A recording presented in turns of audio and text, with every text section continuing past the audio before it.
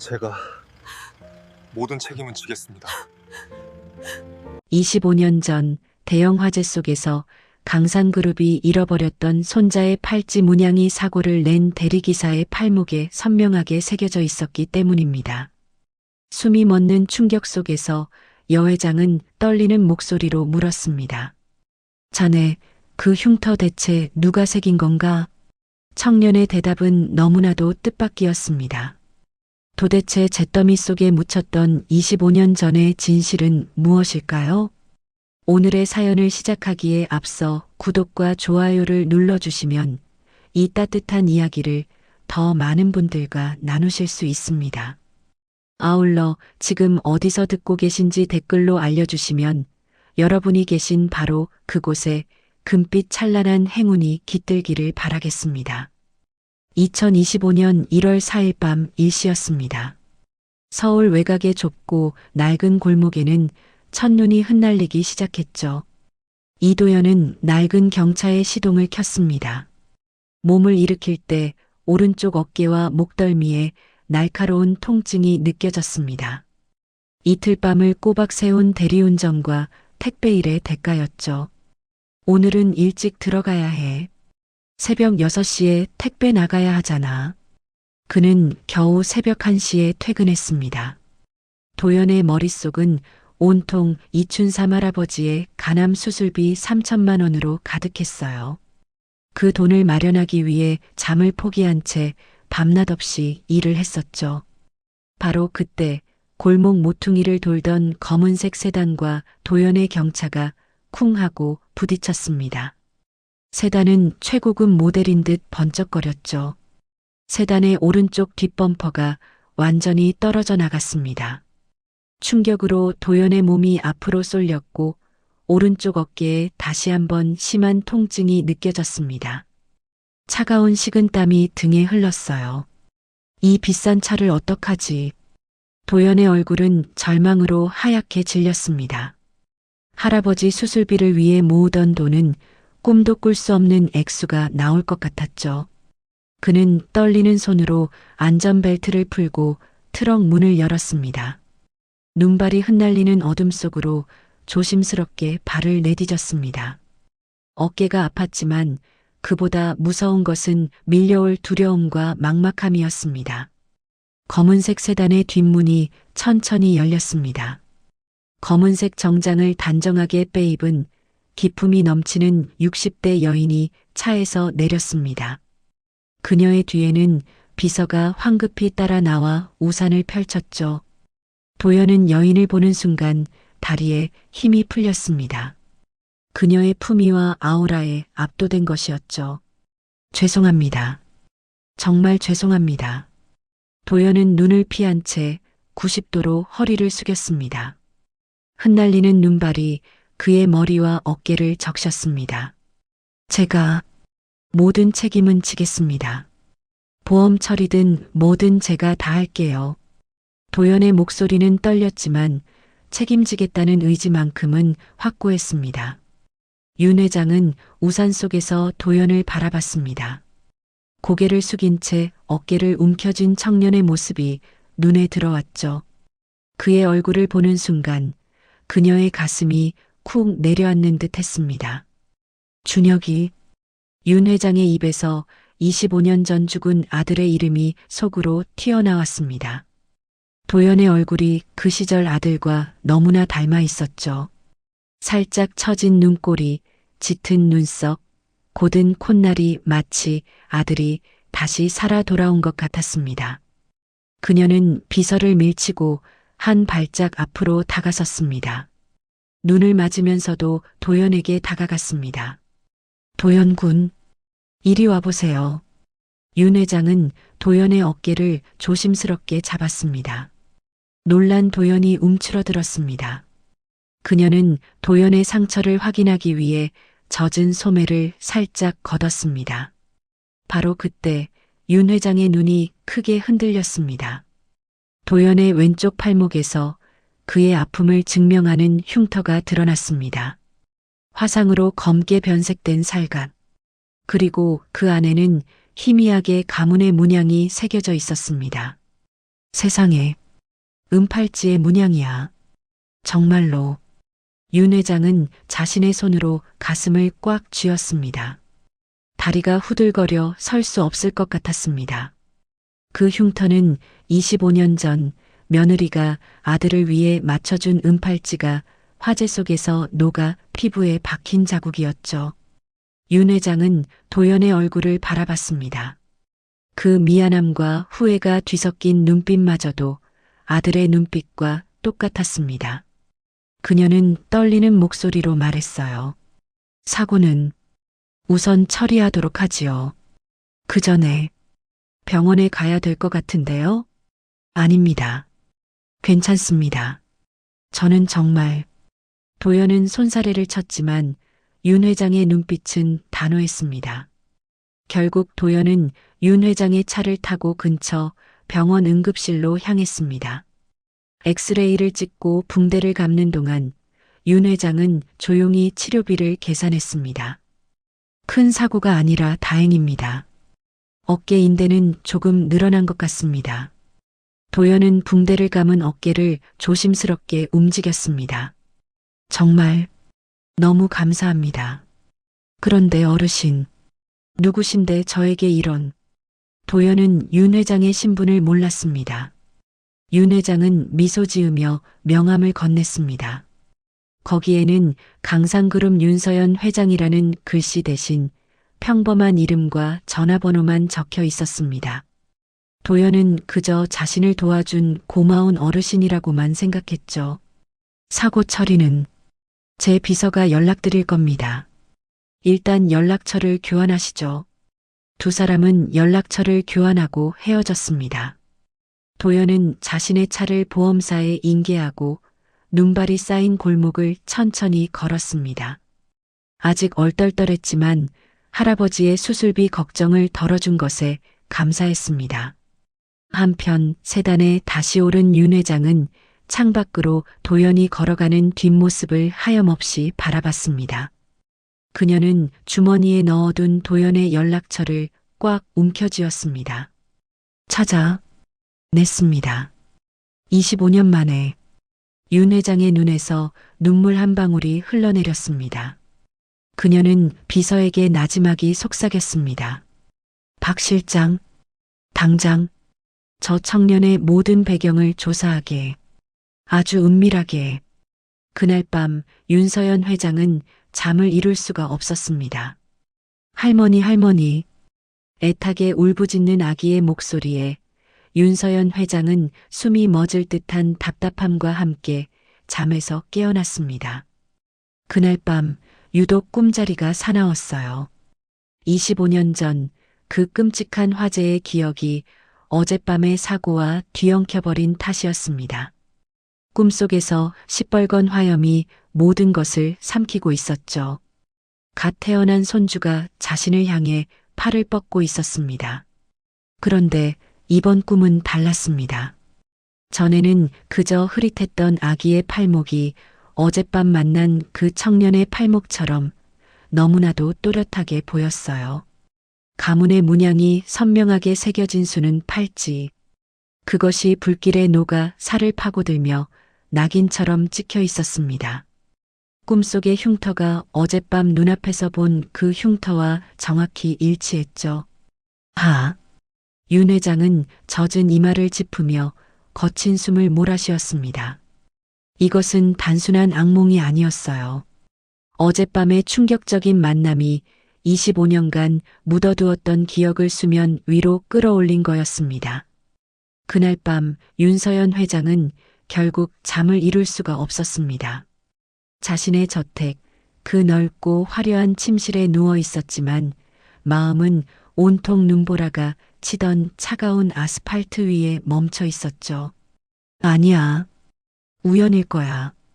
윤 회장은 애써 고개를 저었습니다. 하지만 눈을 감으면 아들을 꼭 닮은 그 청년의 얼굴과 사과를 하려다 짓던 그 불안한 미소가 떠올랐어요. 그 흉터, 그 문양은 25년 전 며느리가 그토록 기뻐하며 아기에게 채워주었던 수는 팔찌. 그것이 불길에 녹아 살을 파고들며 남긴 그 독특한 문양을 잊을 리가 없었습니다. 다음 날 아침 윤 회장은 평소보다 이른 시간에 집무실로 향했습니다. 박상철 실장이 조용히 따라 들어왔죠. 박 실장. 네, 회장님. 어젯밤 그 사고건은 그 청년 이도현이라고 했나? 윤 회장이 박 실장의 말을 잘랐습니다. 그녀의 목소리는 낮고 단호했어요. 네, 이도현. 25입니다. 그 아이에 대해 알아봐 주게. 내가 연락처를 주지 않았나? 네. 아, 예. 그렇게 하겠습니다만. 아주 조용히. 아무도 모르게. 윤 회장은 창밖을 바라보며 말했습니다. 가족관계, 지금 사는 곳, 직업 아니 그냥 그 아이의 모든 것을 알아봐 주게. 박 실장은 회장의 이런 모습을 본 적이 없었습니다. 단순한 교통사고 피해자에게 이토록 관심을 보인 적은 없었죠. 하지만 그는 묻지 않고 고개를 숙였습니다. 알겠습니다, 회장님. 이틀이라는 시간이 지났습니다. 박 실장이 얇은 서류 봉투를 들고 회장실로 들어섰습니다. 윤 회장은 서류를 받아들고 첫 장을 넘겼어요. 이도현, 1999년 3월 7일생. 윤 회장의 손이 미세하게 떨렸습니다. 손주 강민우의 생일과 정확히 일치했어요. 부모는 기록에 없습니다. 어려서부터 이춘삼이라는 노인과 함께 산 것으로 확인됩니다. 법적으로는 조손관계로 등록되어 있습니다. 이춘삼? 네. 전 강산그룹 물류트럭 기사였습니다. 20년 전 퇴직했고 현재 가난 말기입니다. 윤 회장의 눈썹이 꿈틀거렸어요. 자신이 운영하던 회사의 퇴직 기사가 그 청년을 키우고 있었습니다. 그래서 그 청년이 할아버지 병원비를 벌고 있더군. 네, 회장님. 주간에는 택배 상하차, 야간에는 대리운전. 하루에 4시간도 채 못 자는 것 같았습니다. 서류에는 도연이 사는 곳의 주소도 적혀 있었습니다. 신림동의 한 낡은 다세대 주택. 반지하였습니다. 윤 회장은 서류를 덮었습니다. 가슴 한구석이 쿡쿡 쑤셔왔어요. 내 진짜 손주일지도 모르는 아이가 그런 곳에서 바로 그날 저녁이었습니다. 저택에서는 강민우의 25번째 생일 파티가 열리고 있었어요. 시끄러운 음악 소리와 젊은이들의 웃음소리가 거실을 가득 채웠습니다. 할머니, 저 이거 사주세요. 강민우가 술에 취해 붉어진 얼굴로 윤 회장에게 다가왔습니다. 그는 1,000만 원이 훌쩍 넘는 명품 시계 카탈로그를 그녀의 눈앞에 흔들어댔죠. 윤 회장은 민우의 얼굴을 지그시 바라봤습니다. 죽은 아들의 모습은 어디에도 없었어요. 오히려 윤 회장의 시선이 민우 뒤편에서 불안한 듯 이쪽을 쳐다보고 있는 가정부 오해란에게 향했습니다. 이상하다. 왜 민우는 날이 갈수록 혜란을 닮아가는 거지? 사소한 손짓, 눈을 흘기는 방식까지. 25년간 자신의 집에서 꾸준히 일을 해온 가정부의 모습을 꼭 빼닮아가고 있었습니다. 민우야, 오늘은 그만하거라. 아, 왜요? 오늘 제 생일이잖아요. 혜란 아줌마. 민우가 오해란을 향해 소리쳤습니다. 아줌마, 할머니 좀 설득해봐요. 나 저거 갖고 싶다고. 오해란이 당황하며 달려왔어요. 도련님, 회장님 앞에서 시끄럽고 가서 와인이나 더 가져와요. 그때였습니다. 민우가 휘청거리다 테이블 모서리에 무릎을 세게 부딪혔습니다. 아야. 민우가 비명을 지르며 주저앉았습니다. 그 순간 오해란이 윤 회장조차 밀치고 민우에게 달려들었어요. 도련님, 괜찮으세요? 어디 다치셨어요? 그것은 단순한 걱정이 아니었습니다. 자식이 다쳤을 때 본능적으로 터져나오는 어머니의 절박한 외침이었죠. 오해라는 거의 울부짖으며 민우의 무릎을 감싸쥐었습니다. 윤 회장은 그 모습을 보고 온몸이 얼어붙는 것 같았어요. 저 눈빛 저건 가정부가 도련님을 걱정하는 눈빛이 아니었습니다. 자신의 모든 것이 무너진 어미의 눈빛이었죠. 모든 조각이 맞춰졌습니다. 같은 생일, 아들을 닮은 청년과 그의 흉터, 그리고 가정부를 닮아가는 가짜 손주와 방금 본 저 광적인 모성애. 바뀌었구나. 그날 그 불길 속에서 다음 날 주말 오후 윤 회장은 박 실장의 만류에도 불구하고 차를 돌렸습니다. 회장님, 이런 누추한 곳에 직접 가시는 것은 조용히 해. 차는 신림동의 좁은 골목길로 접어들었습니다. 윤 회장은 낡은 다세대 주택 앞에서 차에서 내렸어요. 축축한 곰팡이 냄새가 코를 찔렀습니다. 반지하. 창문 틈으로 희미한 불빛이 새어나오고 있었죠. 윤 회장은 떨리는 손으로 문을 두드리려다 창문 틈으로 안을 들여다보았습니다. 좁은 방 안. 이도연이 낡은 이불 위에 엎드려 잠들어 있었습니다. 작업복도 벗지 못한 채였어요. 그의 머리맡에는 약봉지들이 수북이 쌓여 있었습니다. 할아버지의 약봉지였죠. 방 한쪽 벽에는 할아버지 수술비 3천만 원이라고 적힌 쪽지가 붙어 있었습니다. 윤 회장은 더 이상 보고 있을 수가 없었습니다. 가슴이 찢어지는 것 같았어요. 자신이 평생을 바쳐 이룬 부와 명성, 그 모든 것을 누려야 할 진짜 손주는 저 차가운 시멘트 바닥에서 병원비를 걱정하며 잠들어 있었습니다.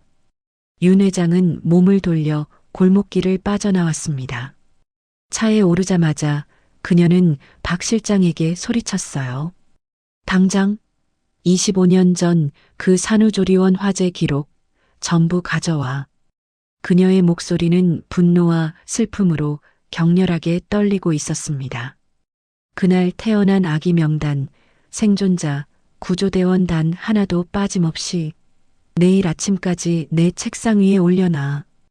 윤서연 회장의 시간이 25년 전 그날에 멈춰 있었다면 박상철 실장이 찾아낸 기록은 그 멈춰버린 시간의 시작점이었습니다. 모든 비극은 25년 전 3월에 그 산후조리원에서 시작되었습니다. 1999년 3월 7일 서울 강남의 최고급 산후조리원 VIP실에는 기쁨이 넘쳐 흘렀습니다. 강상그룹의 유일한 후계자인 윤 회장의 아들과 며느리가 그토록 기다리던 아들을 품에 안았죠. 윤 회장은 아들을 꼭 닮은 손주를 보며 세상을 다 가진 듯 행복했습니다. 어머님, 이 아이 팔찌 좀 보세요. 아버님이랑 같이 고른 거예요. 며느리가 아기의 발목에 채워진 작은 수는 팔찌를 가리켰습니다. 가문의 문양이 정교하게 새겨진 세상에 하나뿐인 팔찌였죠. 그것은 강상그룹의 새로운 후계자를 위한 축복의 상징이었습니다. 하지만 그 행복의 이면에는 검은 절망이 도사리고 있었어요. 같은 산후조리원의 비좁은 일반 병실. 그곳에는 오해란이 갓 태어난 아들을 안고 창밖을 보고 있었습니다. 그녀의 나이 23. 그녀도 한때는 사랑을 믿었습니다. 하지만 뱃속에 아이가 생겼다는 고백을 들은 남자는 흔적도 없이 사라졌어요. 만삭의 몸으로 마지막 희망을 안고 찾아간 아버지는 불호령을 내렸습니다. 이런 망측한, 당장 내 눈앞에서 사라지지 못해. 아버지 이춘삼은 불같이 화를 내며 딸을 문 밖으로 내쫓았습니다. 평생을 강상그룹 물류트럭 기사로 일하며 정직과 신의를 목숨처럼 여겼던 아버지였죠. 그런 아버지에게 혼전 임신은 절대 용납할 수 없는 수치였습니다. 오해라는 그 길로 아버지와 의절했습니다. 그녀는 도끼만 남았어요. 내 아들만큼은 절대 나처럼 살게 하지 않을 거야. 그녀는 이를 악물고 빚을 내어 강남의 최고급 산후조리원에 들어왔습니다. 자신이 낳은 아들 민우를 위해서였죠. 자신의 처지는 비참했지만 아들의 시작만큼은 저 부잣집 아이들과 같게 해주고 싶었습니다. 하지만 그곳에서 그녀는 자신의 절망을 더욱 깊게 하는 광경을 마주해야 했습니다. 바로 옆 VIP실의 행복. 자신과 같은 날 아들을 낳은 재벌 며느리와 그를 부러운 듯 바라보는 자신의 처지가 너무나도 비교되었죠. 그때 그 끔찍한 일이 터졌습니다. 새벽 2시 누전으로 시작된 불길이 순식간에 건물을 집어삼켰습니다. 불이야, 불이야. 비상벨이 울리고 복도는 아수라장이 되었습니다. 산모들과 직원들이 뒤엉켜 비명을 질렀죠. 윤 회장의 아들과 며느리도 뒤늦게 소식을 듣고 VIP실로 달려왔습니다. 하지만 그들은 손주를 구하려다 미처 빠져나오지 못하고 복도에서 질식하고 말았습니다. 오해라는 그 지옥 같은 혼란 속에서 자신의 아들 민우를 안고 복도로 뛰쳐나왔습니다. 연기가 자욱해한 채 앞도 보이지 않았어요. 바로 그때였습니다. 옆방 VIP실의 문이 열려 있었고 그 안신생아 침대에서 아기 울음소리가 들려왔습니다. 강상그룹의 후계자. 그 아기만 홀로 남아 울고 있었죠. 오해란의 발걸음이 멈췄습니다.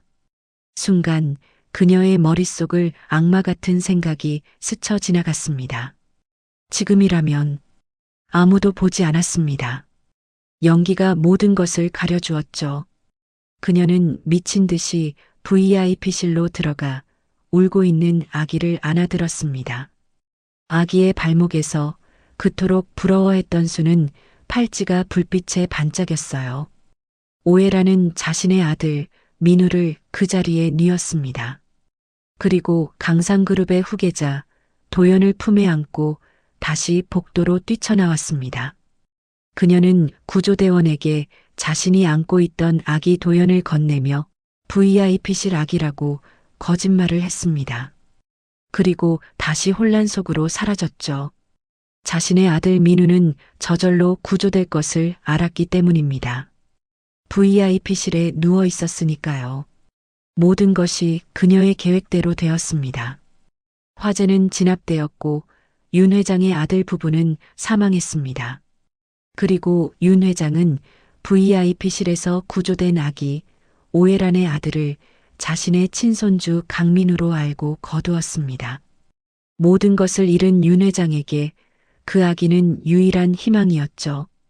그녀는 아기의 발목에 팔찌가 없는 것을 이상하게 여길 겨를조차 없었습니다.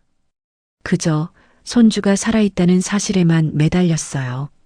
그 시각 오해라는 지옥 같던 화재 현장에서 훔쳐낸 진짜 손주 도연을 안고 있었습니다. 아기는 기적적으로 다친 곳이 없었어요. 다만 그녀가 아기를 안고 뛰쳐나올 때 뜨거운 불길이 아기의 팔목을 스쳤습니다. 수는 팔찌가 순식간에 달궈지며 아기의 여린 살을 파고들었죠. 으앙! 아기가 자지러지게 울었습니다. 팔목에는 끔찍한 화상 자국이 남았습니다.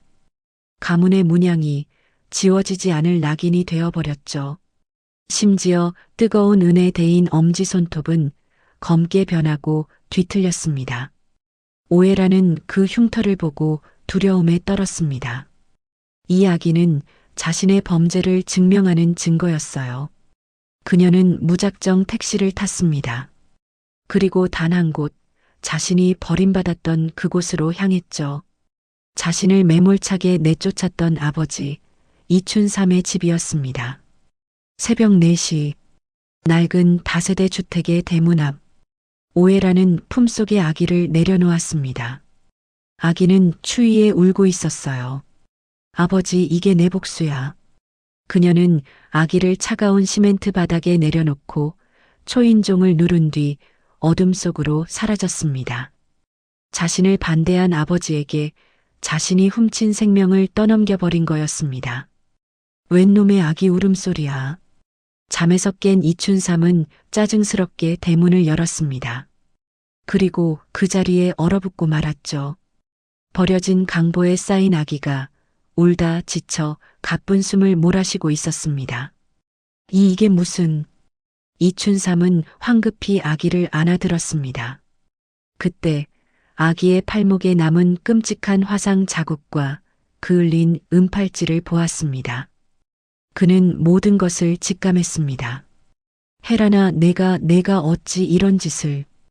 어젯밤 뉴스에서 떠들썩했던 산후조리원 화재, 강상그룹 후계자 부부의 죽음, 그리고 자신의 딸 오해란. 이춘삼은 하늘이 무너지는 것 같았습니다. 하지만 차마 이 어린 생명을 다시 버릴 수는 없었어요. 그는 아기를 품에 안고 떨리는 손으로 대문을 닫았습니다. 그렇게 25년의 잔인한 거짓말이 시작되었습니다. 윤서연 회장은 며느리의 원수, 그 딸의 아들을 자신의 손주로 키우게 되었고, 진짜 손주 이도현은 아버지를 배신한 여자의 아버지 손에서 자라나게 되었습니다. 운명의 장난은 그렇게 가장 잔인한 방식으로 두 가족을 얽어매고 말았습니다. 윤서연 회장의 지시는 그날 이후 박상철 실장의 유일한 임무가 되었습니다. 25년 전의 기록을 파헤치는 것은 모래사장에서 바늘을 찾는 것과 같았죠. 25년 전 화재 산후조리원. 박 실장은 국내 모든 언론사와 방송국의 아카이브를 뒤졌습니다. 대부분의 자료는 이미 폐기되거나 디지털화되지 않은 채 낡은 창고에서 썩어가고 있었어요. 그는 포기하지 않았습니다. 윤 회장이 반지하에서 보였던 그 슬픔과 분노가 단순한 연민이 아님을 직감했기 때문입니다. 그의 조사는 저택의 그림자 속에서 누군가의 신경을 날카롭게 건드리고 있었습니다. 바로 가정부 오해란이었죠. 그녀는 25년간 윤 회장의 그림자처럼 지내왔습니다. 회장의 작은 습관, 말투 하나하나까지 꿰뚫고 있었어요. 최근 윤 회장의 분위기가 심상치 않았습니다. 밤잠을 설치는 날이 잦아졌고 집무실에서 박 실장과 나누는 대화도 극도로 예민해 보였습니다. 대체 뭘 알아내려는 거지? 불안감이 엄습했습니다. 오해라는 윤 회장이 자리를 비운 틈을 타 회장실 쓰레기통을 뒤졌습니다. 그녀의 손이 파르르 떨렸어요. 구겨진 메모지 조각에 1999년 3월 산후조리원 화재 같은 단어들이 적혀 있었습니다. 심장이 쿵 하고 내려앉았습니다. 25년간 단 하루도 잊지 못했던 그날의 단어들이었죠. 왜 이제 와서... 오해라는 그날 밤 박 실장의 뒤를 밟았습니다. 박 실장은 허름한 건물의 한 사무실로 들어갔어요. 디지털 영상 복원 연구소라는 낡은 간판이 걸려 있었습니다. 오해라는 온몸의 피가 차갑게 식는 것을 느꼈습니다. 박 실장이 찾아낸 것은 기적과도 같았습니다. 폐국한 방송사의 창고에서 찾아낸 불에 그을리고 습기에 젖은 베타 테이프 한 개, 25년 전 화재 현장을 담은 유일한 원본 영상이었죠. 복원이 가능하겠습니까? 글쎄요. 손상이 심해서 장담은 못합니다. 하지만 최선을 다해보죠. 박 실장은 봉투를 내밀었습니다. 회장님의 특별 지시입니다. 비용은 얼마가 들어도 좋습니다. 박 실장이 떠나고 오해라는 그 사무실로 들어섰습니다. 그녀의 얼굴은 공포로 하얗게 질려 있었죠. 그녀는 떨리는 손으로 박 실장이 내민 것보다 몇 배는 더 두꺼운 돈 봉투를 꺼냈습니다. 방금 나간 사람이 맡긴 테이프. 네, 무슨... 그거 복원하지 마세요. 아니, 복원하다가 실패한 것처럼 영원히 삭제해 주세요. 연구소 소장은 오해란과 돈 봉투를 번갈아 보았습니다. 그는 난처한 표정을 짓다가 이내 돈 봉투를 서랍에 밀어 넣었습니다. 알겠습니다. 뭐 데이터라는 게 워낙 민감해서요. 복원 중에 날아가는 일도 흔하죠. 오해라는 안도의 한숨을 내쉬었습니다. 그녀는 비틀거리는 걸음으로 사무실을 빠져나왔죠. 그래, 이대로 묻는 거야. 아무도 알아선 안 돼. 그녀가 사라지자마자 연구소 소장은 책상 밑에 녹화 버튼을 눌렀습니다. 그리고 박상철 실장에게 전화를 걸었죠. 박 실장님, 예상대로 방금 그 여자가 다녀갔습니다. 수고하셨습니다. 회장님의 판단이 맞았군요. 모든 것은 윤서연 회장의 계획이었습니다. 오해란이 자신의 조사를 눈치챌 것을 이미 알고 있었죠. 그녀의 범행을 확신했지만 물증이 필요했습니다.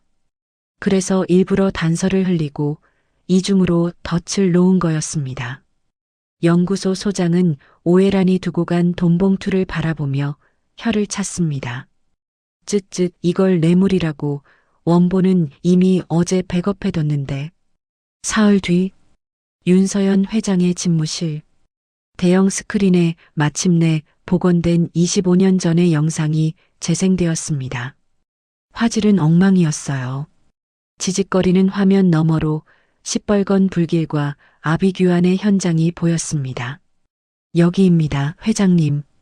박 실장이 영상을 잠시 멈췄습니다. 한 소방관이 검은 연기를 뚫고 뛰어나오는 장면이었죠. 그의 품에는 포대기에 쌓인 아기가 안겨 있었습니다. 확대해보게. 박 실장이 화면을 확대했습니다. 포대기가 불에 타 일부가 벗겨져 있었고 아기의 작은 팔목이 드러났습니다. 윤 회장은 자리에서 벌떡 일어났습니다. 스크린 앞으로 다가가 떨리는 손으로 화면을 매만졌죠. 그곳에 있었습니다. 불길에 그을려 검은 연기가 피어오르는 와중에도 분명한 형태가 남아 있었어요. 아기의 팔목을 파고든 수는 팔찌, 그리고 그 팔찌가 남긴 끔찍한 화상 자국. 문양. 윤 회장의 입에서 터져나온 신음이었습니다. 흐릿했지만 보였습니다. 불에 녹아 살갗에 아로새겨진 강상그룹 가문의 문양이었습니다. 그토록 선명했던 이도연의 팔목에서 본 바로 그 흉터였습니다. 박 실장. 네, 회장님. 이춘삼 씨 병원비, 수술비, 간병비 필요한 모든 것. 지금 당장 전액 지원하게. 알겠습니다, 회장님. 윤 회장은 스크린 속 울고 있는 아기의 얼굴에서 눈을 떼지 못했습니다. 그 얼굴은 며칠 전 자신에게 고개를 숙이던 그 청년의 얼굴이었죠. 그녀는 눈을 감았습니다. 눈물이 뺨을 타고 흘러내렸어요. 그리고 당장 DNA 검사 준비하게. 누구도 모르게. 이춘삼 할아버지는 낯선 천장의 무늬를 보며 눈을 떴습니다. 아니, 낯선 천장이 아니었죠. 매일 보던 병원 다인실에 얼룩진 천장이었습니다. 수술 날짜만 하염없이 기다리며 지독한 소독약 냄새와 씨름하던 바로 그 자리였어요. 도연이 녀석, 오늘은 일찍 오려나. 이춘삼이 희미한 목소리로 중얼거리던 그때였습니다. 병실 커튼이 스르륵 열렸죠. 하지만 그 앞에 서 있는 사람은 도연이 아니었습니다.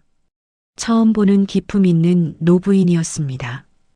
고급스러워 보이는 코트를 입은 여인이 비서로 보이는 남자와 함께 시끄러운 다인실 병동 한가운데 서 있었습니다. 주변의 환자들이 수군거렸어요. 저렇게 비싸 보이는 옷을 입은 사람들이 이런 누추한 다인실에는 어쩐 일인가 싶었죠. 이춘삼은 경계심과 의아함이 뒤섞인 눈으로 그들을 바라봤습니다. 그는 황급히 침대에서 몸을 일으키려 했죠. 저 실례지만 누구신데 저를 찾아오셨습니까? 이춘삼은 여인의 신분은 몰랐지만 보통 사람이 아니라는 것쯤은 짐작할 수 있었습니다. 누워 계십시오. 할아버님, 몸도 편찮으신데. 윤서연은 주변 시선을 의식하며 박상철 실장에게 눈짓했습니다. 박 실장이 병실 커튼을 다시 단단히 닫았어요. 두 사람만의 좁은 공간이 만들어졌습니다. 윤 회장은 이춘삼의 침대 옆 보조의자에 조용히 앉았습니다. 몸은 좀 어떠십니까? 예, 그냥저냥 버티고 있습니다. 이춘삼은 도대체 무슨 영문인지 알 수 없었습니다. 이렇게 고급 양복을 입은 사람들이 이 누추한 병실까지 찾아온 이유를 말이죠. 설마 도연이가 밖에서 무슨 큰 사고라도. 그의 얼굴이 불안으로 하얗게 질려갔습니다. 윤 회장은 그런 이춘삼의 거칠어진 손을 바라봤어요. 그녀의 얼굴은 형언할 수 없는 슬픔과 결의로 가득 차 있었습니다. 사실은 며칠 전 제 차와 도연 군이 작은 접촉사고가 있었습니다. 이춘삼의 눈이 커졌습니다. 도연은 그런 말은 한마디도 하지 않았었죠. 윤 회장은 말을 이었습니다. 큰 사고는 아니었지만 도연 군이 팔을 조금 다쳐 병원으로 데려가게 되었다고요. 그리고 그 치료 과정에서 자신이 도연 군의 팔을 보게 되었다고 했습니다. 할아버님, 제가 오늘 염치불구하고 찾아온 것은 여쭤볼 것이 있어서입니다. 윤 회장은 박 실장이 가져온 노트북을 이춘삼에게 돌렸습니다. 화면에서는 25년 전의 지옥도가 펼쳐졌죠. 시뻘건 불길, 자욱한 연기, 그리고 연기 속에서 뛰쳐나오는 소방관의 품에 안긴 아기. 박 실장이 화면을 확대하자 불타는 포대기 사이로 아기의 팔목이 드러났습니다. 그곳에는 검게 그을린 은팔찌와 살갗에 낙인처럼 찍힌 문양이 선명했습니다. 아! 이춘삼의 입에서 얕은 신음이 새어나왔습니다. 그는 도연을 처음 안았던 그날 밤을 떠올렸습니다. 강보 속에서 발견했던 바로 그 끔찍한 흉터였습니다. 이 흉터 도연이 팔에 있는 것과 같습니다. 알고 있습니다. 윤 회장은 떨리는 목소리로 25년 전의 화재와 그 영상에 대해 설명하기 시작했습니다. 화면 속 아기의 팔목에 새겨진 흉터.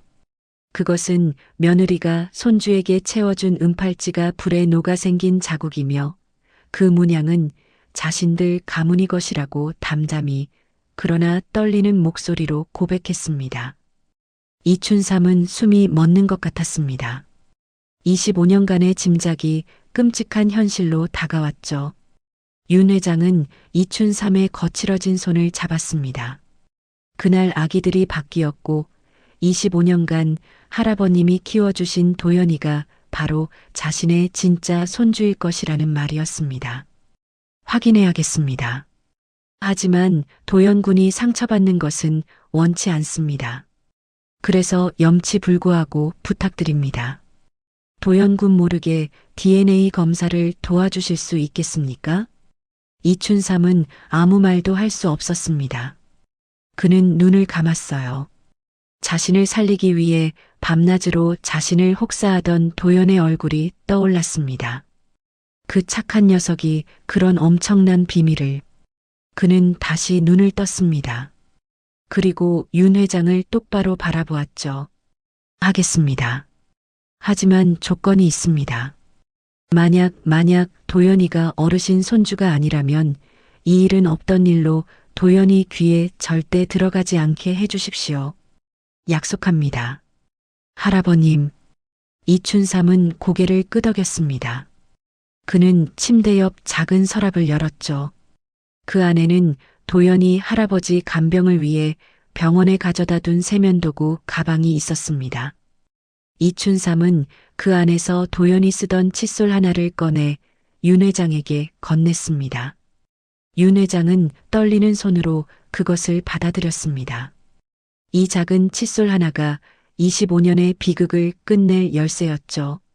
감사합니다. 정말 감사합니다. 윤 회장과 박 실장은 병실을 나왔습니다. 복도를 걸어 나오며 윤 회장이 박 실장에게 낮고 단호하게 지시했습니다. 강민우의 칫솔도 오늘 밤 안으로 확보하게. 네, 회장님. 그리고 이 샘플들은 일단 서재 금고에 보관하게. 박 실장의 눈이 커졌습니다. 연구소로 바로 보내지 않고 서재 금고라니요. 하지만 회장님 오해라니. 알고 있네. 그러니 금고에 두는 걸세. 그 여자가 스스로 덫에 걸려들도록.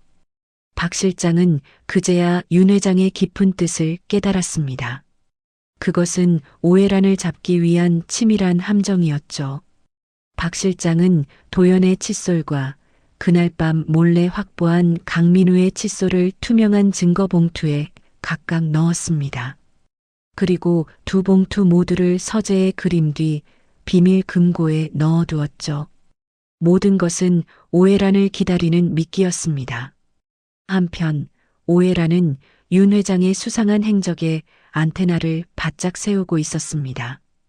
회장이 이춘삼이라는 노인의 병실에 직접 찾아간 것, 그리고 박 실장이 무언가를 금고에 넣는 것을 그녀는 놓치지 않았습니다.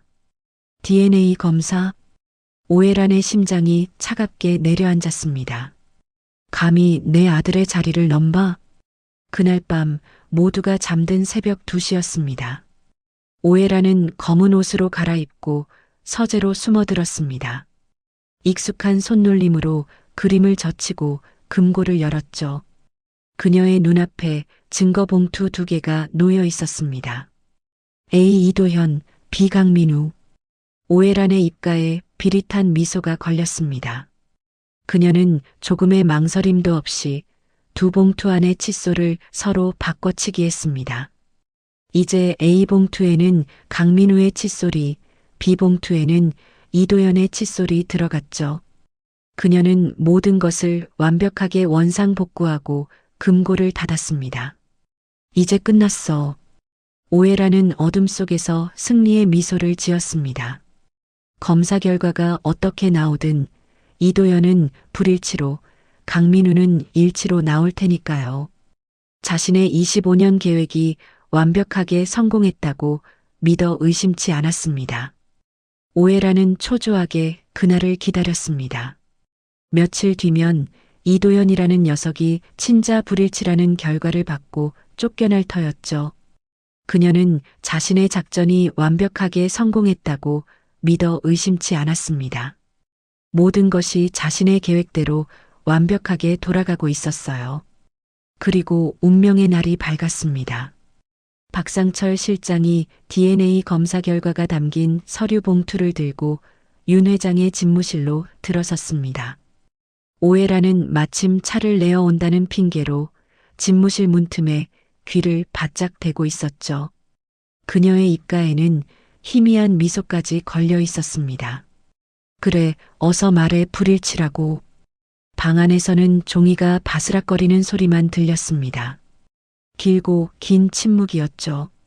오해란이 초조함에 입술을 깨물던 순간 안에서 윤 회장의 떨리는 목소리가 새어나왔습니다.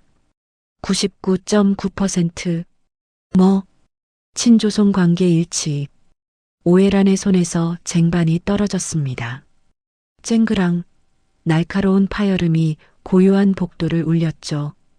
그녀의 얼굴이 사색이 되었습니다. 말도 안 돼. 내가 분명히 민우 샘플로 바꿨는데. 오해라는 황급히 깨진 찻잔을 수습했습니다. 손이 떨려 자꾸만 파편에 베었지만 아픔조차 느껴지지 않았죠. 그녀의 머릿속은 온통 혼란으로 가득 찼습니다. 방 안에서 윤 회장의 울음 섞인 목소리가 이어졌습니다. 찾았어. 박 실장 내가 드디어 찾았어. 윤 회장은 떨리는 손으로 수화기를 들었습니다. 그녀의 첫 번째 지시는 이춘삼 할아버지에 대한 것이었어요. 강산병원의 최고 의료진을 배정해 당장 수술을 준비하고 모든 비용은 그룹에서 책임지라는 내용이었습니다. 오해라는 그 말을 들으며 뒷걸음질 쳤습니다. 이춘삼의 치료 지원 그것은 윤 회장이 이도현을 진짜 손주로 받아들였다는 뜻이었습니다. 틀렸어. 모든 게 틀어졌어. 그날 저녁 윤 회장은 오해란을 자신의 서재로 불렀습니다. 저택의 서재는 유난히 어둡고 공기가 차가웠죠. 오해란은 낮의 충격에서 벗어나지 못한 채 잿빛 얼굴로 서재에 들어섰습니다. 윤 회장은 거대한 책상 뒤에 앉아 그녀를 바라보고 있었어요. 그 눈빛은 25년 세월의 분노를 담고 있었습니다. 혜란아. 윤 회장은 말없이 책상 위에 서류 한 장을 밀었습니다. 친조송 관계 확률 99.9% 윤서연 조모 마이너스 이도현 손자. 내가 바꿔치기한 샘플로는 이런 결과가 나올 수 없었을 텐데 말이다. 오해란의 심장이 멎는 것 같았습니다. 윤 회장은 박 실장에게 눈짓했습니다. 노트북 화면에는 칠흑 같은 어둠 속 서재에서 오해란 자신이 금고를 열고 샘플을 바꿔치기하는 모습이 나오고 있었습니다. 윤 회장은 이미 오해란의 악행을 짐작하고 있었죠. 그래서 병원에서 샘플을 채취할 때부터 두 세트를 준비했습니다. 하나는 서재 금고에 함정으로 두었고 진짜 샘플은 박 실장이 곧바로 연구소로 보냈던 거였습니다. 윤 회장은 또 다른 문서를 꺼내 들었습니다. 오해란이 영상 복원업체에 뇌물을 주며 복구를 막으려 했던 증거까지 모든 것이 밝혀졌습니다. 그녀는 그 자리에 무너져 내렸습니다. 왜 그랬느냐? 내 아들과 며느리가 그 불길 속에서 죽어가는 동안 넌 감히 내 손주를 훔쳐? 민우를 위해서, 제 아들을 위해서 그랬습니다. 오해란은 바닥에 엎드려 절규했습니다. 미혼모로 자식을 키우는 것이 얼마나 막막했는지 아느냐며 제 아들에게 이 모든 것을 물려주고 싶었을 뿐이라고 울부짖었죠. 윤 회장은 고개를 돌렸습니다. 그래서 내 진짜 손주는 그 험한 세상에 내다 버렸느냐? 윤 회장의 고함이 터져 나왔습니다. 그녀는 더 이상 오해란을 보지 않고 박 실장에게 경찰에 신고하라고 지시했습니다. 박 실장이 수화기를 드는 순간이었습니다. 오해란은 그 틈을 놓치지 않았습니다. 그녀는 미친 사람처럼 바닥을 기어 윤 회장을 밀치는 척하다가 그대로 서재를 뛰쳐나갔어요. 박 실장이 뒤를 쫓았지만 25년간 저택의 구조를 꿰뚫고 있던 오해란을 잡을 수는 없었습니다. 그녀는 이미 현관을 빠져나가 어둠 속으로 사라진 뒤였죠. 당장 출국 금지시키고 전국에 수배령 내려 무슨 수를 써서라도 저 여자를 잡아들여. 오해란이 도주한 그 시각 강민우는 자신의 방에서 태평하게 게임을 하고 있었습니다. 헤드셋을 끼고 있어 밖의 소란을 전혀 듣지 못했죠. 방문이 거칠게 열리고 윤 회장이 들어섰습니다. 그녀의 얼굴은 분노로 창백했어요. 윤 회장은 게임기의 전원을 뽑아버렸습니다. 강민우가 신경질적으로 헤드셋을 벗어던졌죠. 아, 왜 이래요? 지금 중요한. 넌 내 손자가 아니었다. 강민우의 표정이 그대로 굳었습니다. 윤 회장은 강민우에게 친자 불일치가 나온 미끼 샘플의 결과지를 던졌습니다. 그리고 그의 진짜 어머니가 25년간 이 집의 가정부 노릇을 한 오해란이라는 사실을 차갑게 통보했습니다. 거짓말이죠. 할머니, 날 할머니라 부르지 마라. 강민우는 절규하며 윤 회장에게 매달렸습니다. 여기가 자기 집인데 왜 가냐며 소리쳤죠. 윤 회장은 그런 민우를 차갑게 밀쳐냈습니다. 그녀는 책상 위에 비행기 티켓 한 장과 통장을 던졌습니다. 일본행 편도 티켓과 최소한의 정착금이었어요. 내 어미가 저지른 죗값을 생각하면 넌 단 한 푼도 줄 수 없다. 하지만 25년간 속고 산 정을 생각해 베푸는 마지막 잡이다. 윤 회장이 손짓하자 밖에서 대기하던 경호원들이 들어와 강민우의 팔을 붙잡았습니다. 강민우는 비명을 지르며 끌려나갔습니다. 25년간 누렸던 모든 것이 한순간에 신기루처럼 사라지는 비참한 순간이었죠. 모든 것을 정리한 윤 회장은 집무실로 돌아왔습니다. 그녀는 지독한 피로감을 느꼈어요. 하지만 아직 끝나지 않았습니다. 이제 진짜 시작이었죠. 그녀는 전화기를 들었습니다. 아마도 할아버지의 병실에 있을 자신의 진짜 손주에게 전화를 걸었습니다. 신호가 몇 번 울리고 낯설지만 익숙한 그 목소리가 들려왔습니다. 여보세요. 이도연입니다.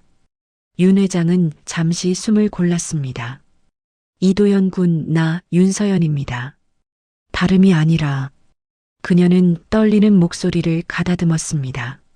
주말에 잠깐 만날 수 있겠습니까? 모든 폭풍이 휩쓸고 지나간 다음 날이었습니다.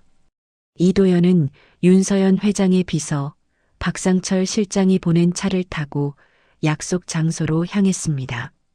어제 걸려온 전화 한 통이 그의 25년 인생을 통째로 흔들고 있었죠. 친손자가 맞다니. 도연은 마른 침을 삼켰습니다. 어제 전화기 너머로 들려온 윤 회장의 목소리는 울고 있었습니다. 자신이 그토록 찾아 헤매던 손자가 맞다며 제발 한 번만 만나 달라고 애원하듯 말했죠. 도연은 아직 그 말을 다 믿을 수가 없었어요. 약속 장소는 강상그룹 본사 근처의 조용한 한정식 식당, 별실이었습니다. 도연이 문을 열고 들어서자 윤 회장이 창가에 홀로 앉아 있었습니다. 어제보다 더 수척해 보였지만 도연을 보는 눈빛만은 간절했죠. 와주었구나. 도연은 쭈뼛거리며 맞은편에 앉았습니다. 무슨 말을 먼저 꺼내야 할지 알 수 없었어요. 윤 회장이 먼저 입을 열었습니다. 그녀의 목소리는 여전히 떨리고 있었죠.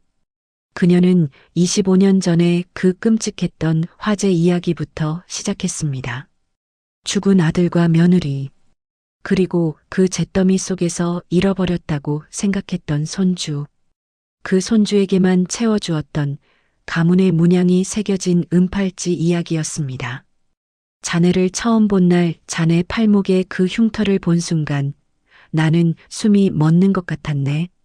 윤 회장은 그날 이후의 모든 일을 담담히 설명했습니다. 25년 전 재난 영상 속에서 발견한 불타는 팔찌를 찬 아기의 모습, 그리고 그 흉터의 문양이 가문의 것과 일치했다는 사실을요. 그녀는 떨리는 손으로 가방에서 서류 봉투를 꺼냈습니다. 이게 검사 결과일세. 도연은 떨리는 손으로 서류를 받아들였습니다. 그의 눈에 들어온 것은 친조선 관계 확률 99.99%라는 활자였습니다. 그럼 회장님 댁에 있던 손자는? 도연이 조심스럽게 물었습니다. 윤 회장의 표정이 차갑게 굳어졌습니다. 그 아이는 내 핏줄이 아니었네. 25년간 우리 집에서 일했던 가정부 오해란의 아들이었지. 윤 회장은 복잡한 진실 공방의 모든 것을 설명하지는 않았습니다. 그저 모든 증거를 확인했고 두 사람을 저택에서 내보냈다는 사실만 전했죠. 도연이 지금 감당하기에는 그 사실만으로도 벅찼으니까요. 도연은 눈을 감았습니다. 자신을 재벌의 손주라고 말하는 이 낯선 할머니와 반지하 방에서 자신을 기다릴 피 한 방울 섞이지 않은 할아버지의 얼굴이 겹쳐졌죠.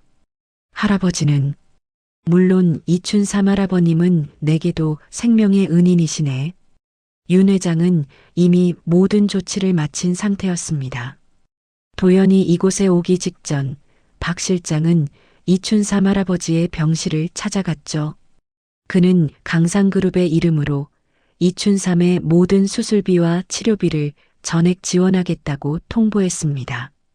병실 또한 다인실에서 가장 조용한 VIP 병실로 즉시 옮겨졌고 국내 최고의 간암 전문의가 수술을 집도하기로 배정되었습니다. 도연은 그제야 참았던 눈물을 터뜨렸습니다. 돈 때문에 할아버지를 잃을지도 모른다는 공포, 그 지옥 같던 불안감이 한순간에 무너져 내렸습니다.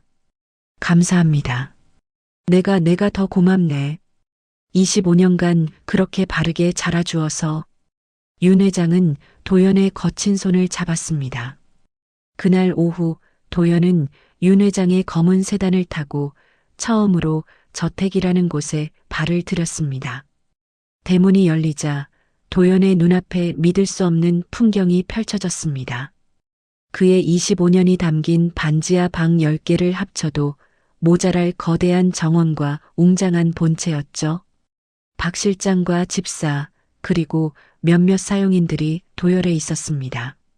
그들의 표정에는 어제 오해란과 강민우가 쫓겨나는 것을 목격한 뒤의 혼란스러움이 남아 있었어요. 하지만 그들은 프로였습니다. 도련님, 짐은 이쪽으로. 집사가 도연의 낡은 백팩을 받으려 하자 도연이 화들짝 놀라 가방을 뒤로 숨겼습니다. 아, 아니요. 제가 들겠습니다. 그 어색한 몸짓에 윤 회장의 입가에 옅은 미소가 번졌습니다. 그녀는 도연을 데리고 2층으로 올라갔죠. 아들이 쓰던 방은 아니었습니다. 그 방은 아직 도연에게도 그녀에게도 너무 무거운 기억이었으니까요. 대신 햇살이 가장 잘 드는 별채의 방이었습니다. 방 안에는 새 가구와 새 옷들이 가지런히 준비되어 있었습니다. 여기서 편히 쉬거라. 필요한 게 있으면 언제든 말하고. 윤 회장은 어색하게 서 있는 도연의 어깨를 가볍게 두드리고 방을 나갔습니다. 문이 닫히자 도연은 그제야 긴 숨을 내쉬었습니다. 그는 천천히 방 한가운데에 낡은 백팩을 내려놓았죠. 고급스러운 대리석 바닥과 닳고 다른 가방의 조화가 너무나도 비현실적이었습니다. 여기가 이제 내 집이라고? 도연은 침대에 걸터 앉았습니다. 구름처럼 푹신한 느낌에 그는 다시 일어났습니다. 이질감이 느껴졌어요. 그의 몸은 딱딱하고 차가운 반지하 방바닥에 더 익숙했습니다. 할아버지는 수술 잘 받으시겠지. 그는 창밖을 바라봤습니다. 아름답게 가꾸어진 정원이 보였죠. 그는 25년 만에 자신의 자리를 찾았습니다. 하지만 마음 한구석은 여전히 춥고 어색하기만 했습니다. 한편 그 시각 도심 외곽의 허름한 모텔 방이었습니다. 오해라는 숲의 전단에 오른 자신의 얼굴을 보며 텔레비전 리모컨을 벽에 내던졌습니다. 그녀의 얼굴은 분노와 광기로 일그러져 있었죠. 감히 내 아들을 내쫓아? 25년의 계획이 모든 것이 물거품이 되었습니다. 그녀는 자신의 조작이 왜 실패했는지 도무지 알 수가 없었죠. 그녀는 수화기를 들고 마지막 남은 돈을 털어 국제전화를 걸었습니다. 아들 강민우가 쫓겨난 일본이었습니다. 민우야, 엄마야, 아들, 무슨 일이야? 수화기 너머의 목소리는 차가웠습니다. 민우야, 아직 안 끝났어. 우리가 그 할망구를 협박하는 거야. 아기 바꿔치기 한 거 세상에 알린다고. 그럼 돈을 더 줄 거야. 그럼. 시끄러워. 차가운 한마디가 오해란의 말을 끊었습니다. 뭐? 당신 때문에 내 인생은 끝났어. 25년간 난 가짜로 살았다고. 아니야, 아들. 그게 무슨 소리야. 엄마가 널 위해서. 당신은 내 어머니가 아니야. 뚜마이너스 전화가 끊어졌습니다. 오해라는 수화기를 든 채 그 자리에 얼어붙었습니다. 자신이 25년간 모든 것을 바쳤던 아들이었습니다. 그 아들에게 버림받은 거였죠. 아, 그녀의 눈에서 눈물이 사라졌습니다. 대신 그 자리에는 모든 것을 불태워버릴 듯한 증오만이 남았죠.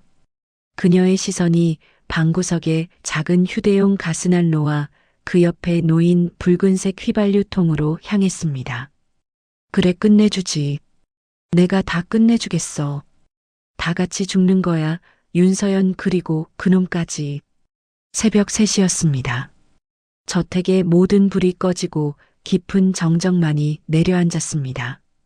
검은 그림자 하나가 저택의 담을 넘어 정원으로 스며들었습니다. 오해란이었죠. 그녀의 손에는 휘발유가 가득 담긴 통이 들려 있었습니다. 그녀는 저택의 구조를 누구보다 잘 알고 있었습니다. 25년간 매일같이 쓸고 닦은 곳이었으니까요. 그녀는 윤 회장의 침실이 있는 2층 동간 그 바로 아래 저택의 도시가스 배관이 집중된 보일러실로 향했습니다. 그녀의 눈은 이미 제정신이 아니었습니다. 그녀는 공구로 굵은 도시가스 밸브를 부수기 시작했습니다. 쉬잉 마이너스 가스가 새어나오는 소리가 밤 공기를 갈랐습니다. 그녀는 그 위에 가져온 휘발유를 아낌없이 쏟아부었습니다. 휘발유 냄새와 가스 냄새가 지독하게 뒤섞였습니다. 다 죽어버려. 오해라는 주머니에서 라이터를 꺼냈습니다. 그리고 망설임 없이 불을 붙여 휘발유가 흥건한 바닥으로 던졌습니다. 화르르릉 마이너스. 엄청난 소리와 함께 불길이 치솟았습니다. 가스 배관과 휘발유가 만나 거대한 화염 기둥이 되었죠. 불길은 순식간에 2층 윤 회장의 침실 아래쪽 외벽을 타고 올라가기 시작했습니다. 다행히 예상했던 큰 폭발은 일어나지 않았습니다. 하지만 그것은 더 큰 폭발을 위한 전조일 뿐이었죠. B-, B-, B-. 저택 전체에 날카로운 화재 경보가 울려 퍼졌습니다. 새벽의 정적이 순식간에 깨졌죠. 도연은 그 소리에 가장 먼저 눈을 떴습니다. 아니, 그는 사실 잠들지 못했죠. 이 낯선 방, 낯선 공기 속에서 그는 뜬 눈으로 밤을 지새우고 있었습니다. 그런데 경보음과 동시에 그의 코끝에 지독한 냄새가 스며들었습니다. 이 냄새는 가스? 택배 트럭의 가스통을 점검할 때 맡았던 바로 그 냄새였습니다. 그리고 타는 냄새. 불. 도연은 본능적으로 방을 뛰쳐나왔습니다. 복도 끝 2층 동간에서부터 시커먼 연기가 밀려오고 있었습니다. 바로 윤 회장의 침실이 있는 방향이었죠. 할머니. 도연은 망설일 틈이 없었습니다. 그는 연기를 뚫고 윤 회장의 침실 문을 세차게 들이받았습니다. 방 안은 이미 연기로 자욱했어요. 윤 회장은 수면제 기운에 취해 침대에서 콜록거리고 있었습니다. 할머니, 일어나세요. 불이에요. 도연은 겉옷을 물에 적실 틈도 없었습니다. 그는 침대로 달려가 잠에 취해 몸을 가누지 못하는 윤 회장을 자신의 등에 둘러 업었습니다. 25년간 택배와 대리운전으로 다져진 단단한 근육이었습니다. 콜록도 현아. 괜찮아요. 제가 있잖아요. 도연은 윤 회장을 업은 채 불길이 치솟는 복도를 향해 뛰었습니다. 아래층 보일러실 쪽에서 불길이 거세게 타오르고 있었습니다. 가스 냄새가 아까보다 훨씬 더 지독하게 진동했습니다. 터진다? 도연은 본능적으로 느꼈습니다. 더 큰 폭발이 오고 있었습니다. 그는 중앙 계단을 향해 죽으림을 다해 달렸습니다. 바로 그 순간이었습니다. 도연이 윤 회장을 업고 저택의 현관문을 막 통과하려던 찰나. 쿠-카 악-. 저택의 동간 전체가 무너져 내렸습니다. 축적되었던 도시가스가 2차로 폭발한 거였죠. 엄청난 폭풍이 도연과 윤 회장의 등을 덮쳤습니다. 도연은 마지막 순간 윤 회장을 자신의 몸 아래로 감싸 안고 정원 잔디밭으로 굴렀습니다. 뜨거운 파편들이 그의 등을 사정없이 때렸습니다. 흑! 그는 고통을 참으며 할머니를 꽉 끌어안았습니다. 그의 등 뒤로 25년간 그가 그토록 원했던 집이 불타고 있었습니다. 한편 오해라는 자신의 작품을 보며 미친 듯이 웃고 있었습니다. 하지만 2차 폭발은 그녀의 계산에도 없었죠. 그녀가 도망치려던 순간 거대한 저택의 파편 하나가 그녀의 다리 위로 떨어졌습니다. 불붙은 파편이었습니다. 악-. 그녀의 옷에 불이 옮겨 붙었습니다. 그녀는 비명을 지르며 바닥을 굴렀습니다. 화염이 25년의 증오를 삼키고 있었습니다. 그녀는 도망가려 했지만 심각한 화상과 부러진 다리로는 멀리 갈 수 없었죠. 때마침 요란한 사이렌 소리와 함께 경찰차와 소방차가 도착했습니다. 그들은 잔디밭에서 윤 회장을 감싸고 있는 도연을 발견했습니다. 그리고 저택 입구에서 불에 타 신음하고 있는 오해란도 발견했죠. 살려줘. 오해란은 결국 그 자리에서 현행범으로 체포되었습니다. 도연은 그 모든 광경을 할머니를 품에 안은 채 묵묵히 지켜보았습니다. 그의 등이 뜨거운 파편에 베어 피가 흐르고 있었습니다. 하지만 그는 아프지 않았습니다. 처음으로 자신의 가족을 지켜냈으니까요. 저택을 삼킬 뻔했던 화마가 남긴 상처는 서서히 아물어갔습니다. 도연의 등에는 윤 회장을 구하며 얻은 영광스러운 화상의 흔적이 남았죠. 그것은 25년 전 그의 팔목에 새겨진 운명의 낙인과는 또 다른 의미였습니다. 병원에서 퇴원하던 날 윤 회장은 도연의 손을 굳게 잡았습니다. 그녀의 눈에는 미안함과 고마움 그리고 25년 만에 찾은 핏줄에 대한 깊은 신뢰가 담겨 있었죠. 그로부터 일주일 뒤였습니다. 도연은 난생 처음으로 몸에 꼭 맞는 비싼 정장을 입었습니다. 25년간 입어온 낡은 작업복과는 감촉부터가 달랐어요. 아직은 갑옷처럼 어색하기만 했습니다. 그는 강상그룹 본사 30층 회의실 앞에 섰습니다. 윤 회장이 그를 그룹의 공식 후계자 자격으로 소개하는 첫날이었죠. 할아버지, 저 잘할 수 있겠죠? 도연은 주먹을 쥐었다 폈습니다. 엄지손톱에 변형된 흉터가 유난히 도드라져 보였습니다. 박상철 실장이 다가와 그의 어깨를 두드렸습니다. 들어가시죠, 강도연 본부장님. 강도연 아직은 입에 붙지 않는 그의 진짜 이름이었습니다. 도연은 깊은 숨을 내쉬고 회의실 문을 열었습니다. 회의실의 공기는 얼음장처럼 차가웠습니다. 수십 명의 임원들이 이미 자리를 잡고 앉아 있었죠. 그들의 시선이 일제히 도연에게로 향했습니다. 그것은 환영의 눈빛이 아니었습니다. 윤 회장이 임원들 앞에서 도연을 공식 후계자로 소개했습니다. 25년 전 잃어버렸던 유일한 핏줄이라고 밝혔죠. 하지만 임원들의 표정은 싸늘하기만 했습니다. 회장님, 한 중년의 임원이 안경을 고쳤으며 입을 열었습니다. 그의 목소리에는 노골적인 불만이 담겨 있었죠. 후계자라 하심은 저희도 이의가 없습니다만 저 청년은 그의 시선이 도연의 이력서가 적힌 유인물을 향했습니다. 고졸 미달. 최종 학력란은 텅 비어 있었습니다.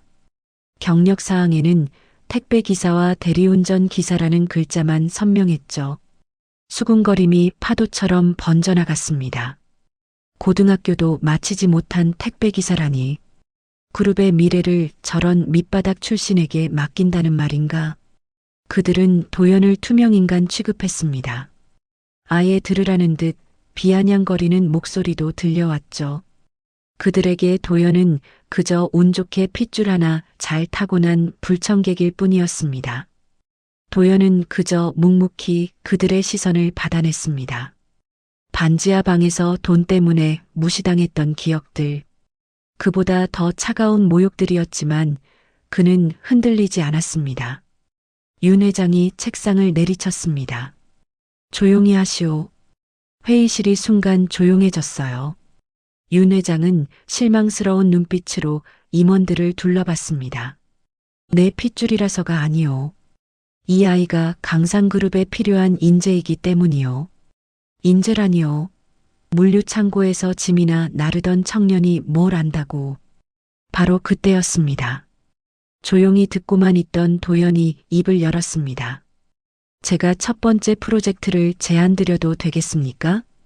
임원들의 시선이 다시 도연에게로 향했습니다. 비웃음이 섞인 눈빛이었죠. 도연은 그들의 시선을 피하지 않았습니다.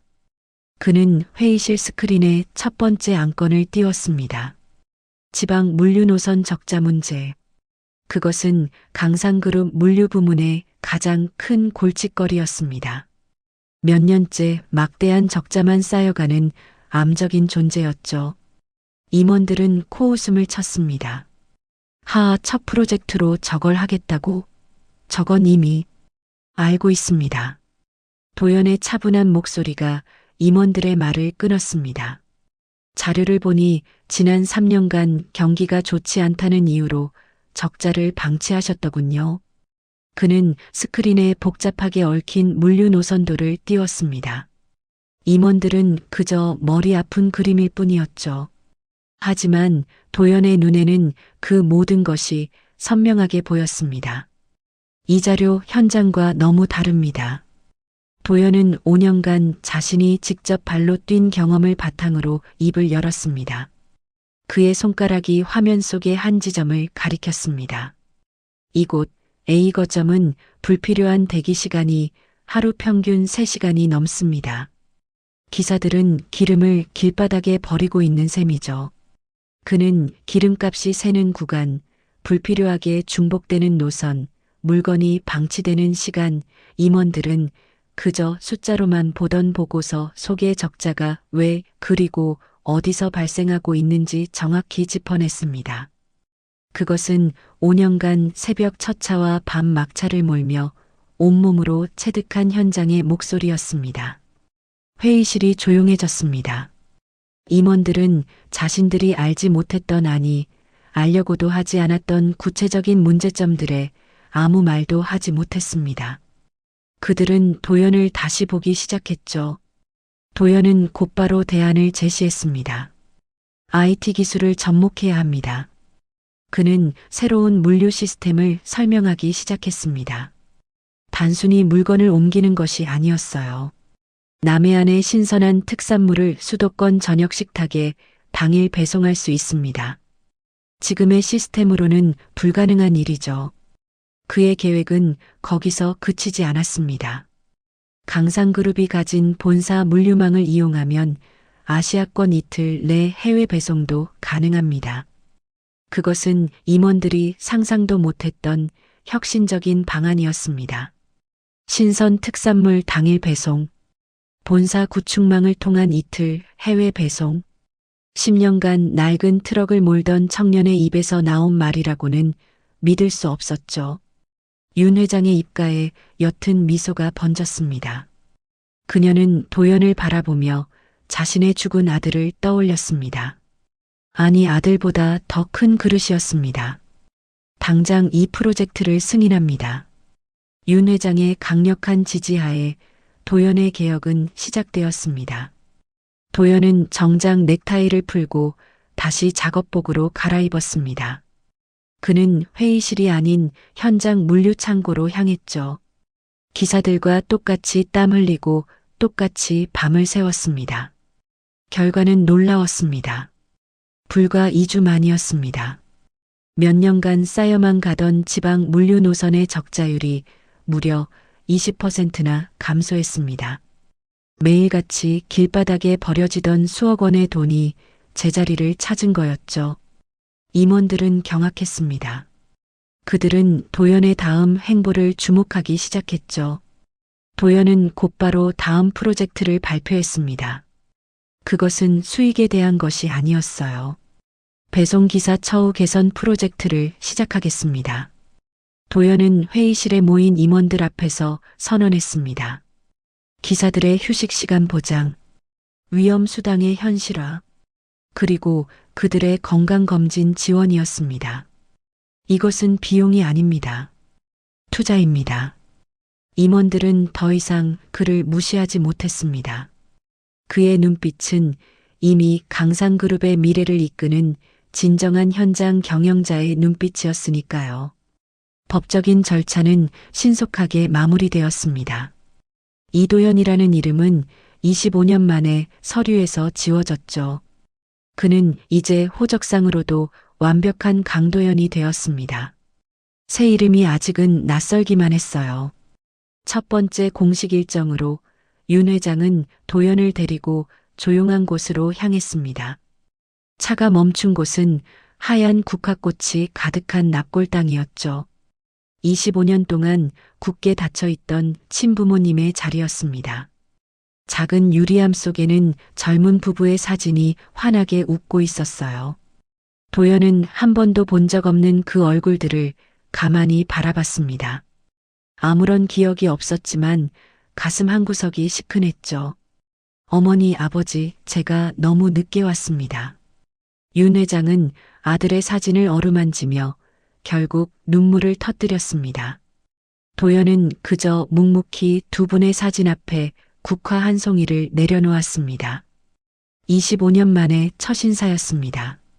며칠 후 강상그룹 본사 대강당에는 수백 명의 기자들이 몰렸습니다. 윤 회장은 도연의 손을 굳게 잡고 단상에 섰죠. 모든 카메라 플래시가 일제히 터졌습니다. 윤 회장은 떨리는 목소리로 25년간의 진실을 세상에 밝혔습니다. 산후조리원 화재와 뒤바뀐 운명, 그리고 기적처럼 되찾은 자신의 진짜 손자를 소개했죠. 강상그룹의 공식 후계자 강도연 군입니다. 도연이 마이크 앞에 섰습니다. 임원들이 비웃었던 그 고졸 출신의 택배 기사였어요. 하지만 그의 눈빛은 이미 그룹의 총수처럼 당당했습니다. 그는 경영권 승계에 대해 말하지 않았습니다. 대신 그가 현장에서 겪었던 노동자들의 현실을 이야기했죠. 저는 오늘 강상그룹의 노동자 처우 개선 3대 프로젝트를 공식적으로 발표하겠습니다. 기자들의 눈이 휘둥그레졌습니다.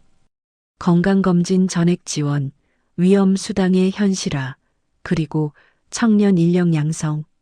그것은 돈이 아닌 사람을 향한 그의 첫 번째 약속이었습니다.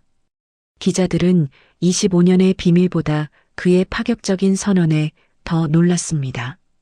기자회견이 끝나자마자 도연은 곧장 병원으로 향했습니다. 최고급 VIP 병실. 이춘삼 할아버지는 하얀 시트 위에 조용히 누워 있었죠. 25년간 손자로, 때론 아들처럼 키우느라 새까맣게 타버린 거친 손이었습니다. 도연은 의자를 당겨 할아버지의 손을 가만히 잡았습니다. 따뜻한 온기가 전해졌어요. 얼마나 지났을까 할아버지의 눈꺼풀이 미세하게 떨렸습니다. 그는 천천히 눈을 떴죠. TV를 봤는지 희미하게 웃고 있었습니다. 우리 도연이 아주 멋지더구나. 목소리는 거의 들리지 않았어요. 할아버지, 저 때문에 너무 고생 많으셨습니다. 이제 편히. 도연의 목이 메어왔습니다. 할아버지는 그런 도연의 손을 마주 잡으려 애썼습니다. 그것이 할아버지의 마지막 힘이었죠. 고맙다, 내 손자 노릇해줘서. 그 말을 끝으로 이춘삼 할아버지의 손에 힘이 스르르 풀렸습니다. 그는 25년의 무거운 짐을 내려놓고 편안하게 눈을 감았어요. 장례는 강상그룹의 이름으로 성대하게 치러졌습니다. 도연은 상주가 되어 3일 밤낮으로 빈소를 지켰죠. 윤 회장도 며느리처럼 묵묵히 그의 곁을 지켰습니다. 발인 날 도연은 울지 않았습니다. 그저 할아버지의 영정 사진을 들고 묵묵히 걸었죠. 핏줄은 윤 회장에게 받았지만 사람을 귀하게 여기는 마음은 이춘삼 할아버지에게 배운 것이었습니다. 모든 것을 되찾았지만 자신을 키워준 가장 소중한 것을 잃었습니다. 도연은 그 슬픔을 가슴 깊이 묻었습니다. 그것이 25년의 긴 그림자를 걷어내고 진짜 강도연으로 살아갈 무게였으니까요. 이춘삼 할아버지를 떠나보낸 슬픔은 강도연의 가슴에 깊이 새겨졌습니다. 그 슬픔은 그가 앞으로 짊어져야 할 삶의 무게였죠. 도연은 할아버지의 장례를 치른 뒤 더욱 일에만 몰두했습니다. 그것이 자신을 25년간 헌신으로 키워준 할아버지에게 보답하는 유일한 길이라 생각했어요. 시간은 모든 것을 제자리로 돌려놓았습니다. 방화와 아동유기, 그리고 살인 미수 혐의까지 더해진 오해라는 재판을 기다리는 신세가 되었습니다. 그녀는 법정에서도 끝까지 자신의 아들을 위한 일이었다고 절규했지만 그 누구의 동정도 받지 못했죠. 그녀가 그토록 지키려 했던 아들, 강민우는 이미 일본으로 떠난 뒤였습니다. 그는 윤 회장이 보내준 최소한의 정착금을 들고 조용히 한국을 떠났습니다. 그렇게 25년간의 길고 지독했던 악연의 고리가 완전히 끊어졌습니다. 강상그룹은 새로운 시대를 맞이하고 있었어요. 도연이 추진한 노동자 처우 개선 3대 프로젝트는 성공적으로 안착했습니다. 임원들의 얼굴에는 웃음이 돌아왔고 회사의 효율은 오히려 올라갔죠. 그가 회의실에서 선언했던 비용이 아닌 투자라는 말이 현실로 증명된 것이었습니다. 임원들은 더 이상 도연을 무시하지 못했습니다. 그들은 고졸 출신의 택배 기사가 아니라 그룹의 미래를 책임질 현장 중심의 경영자를 인정하기 시작했죠. 도연은 이제 서류가 아닌 현장의 땀 냄새로 말하는 진정한 후계자가 되었습니다. 계절이 바뀌고 쌀쌀한 바람이 불기 시작한 늦가을 밤이었습니다. 도연은 강상그룹 본사 30층 자신의 집무실에서 서울의 야경을 내려다보고 있었습니다. 25년 전 그가 태어났지만 한 번도 가져보지 못했던 도시의 불빛이었죠. 할아버지 보고 계시죠? 그는 25년간 자신을 키워준 이춘삼 할아버지를 떠올렸습니다. 핏줄은 윤 회장에게 받았지만 사람을 귀하게 여기는 마음은 할아버지에게 배운 것이었습니다. 그는 이제 두 가족의 사랑을 모두 가슴에 안고 살아가야 했습니다. 바로 그때 집무실 문이 조용히 열렸습니다. 윤 회장이 따뜻한 차 2잔을 들고 들어왔어요. 무슨 생각을 그렇게 하고 있었느냐? 그냥 옛날 생각이 났습니다. 반지하 방에서 할아버지와 함께 라면을 끓여 먹던 도연의 얼굴에 옅은 미소가 번졌습니다. 윤 회장은 그런 도연의 옆에 나란히 서서 창밖을 바라봤습니다. 그녀의 눈에는 25년 만에 되찾은 평온함이 담겨 있었죠. 도연아, 네 할머니. 이춘삼 할아버님은 나에게도 은인이시다. 널 그렇게 훌륭하게 키워주셨으니. 두 사람은 한참 동안 말이 없었습니다. 그저 반짝이는 서울의 야경을 함께 바라볼 뿐이었죠. 긴 침묵을 깬 것은 도연이었습니다. 할머니, 25년의 거짓은 이제 끝났습니다. 그의 목소리는 낮았지만 그 어떤 말보다 단단했습니다. 그는 창밖의 도시를 가리키며 윤 회장을 바라봤습니다. 현장이 강상그룹의 미래입니다. 그 선언은 한때 고졸 출신 택배기사라 무시당했던 청년이 강상그룹의 새로운 시대를 열겠다는 약속이었습니다. 윤 회장은 도연의 손을 굳게 잡았습니다. 그 손은 이춘삼 할아버지처럼 거칠었지만 죽은 아들보다 더 굳건하고 따뜻했습니다. 두 사람은 서로를 바라보며 환하게 웃었습니다. 25년의 길고 어두웠던 그림자가 마침내 완전히 거치는 순간이었습니다.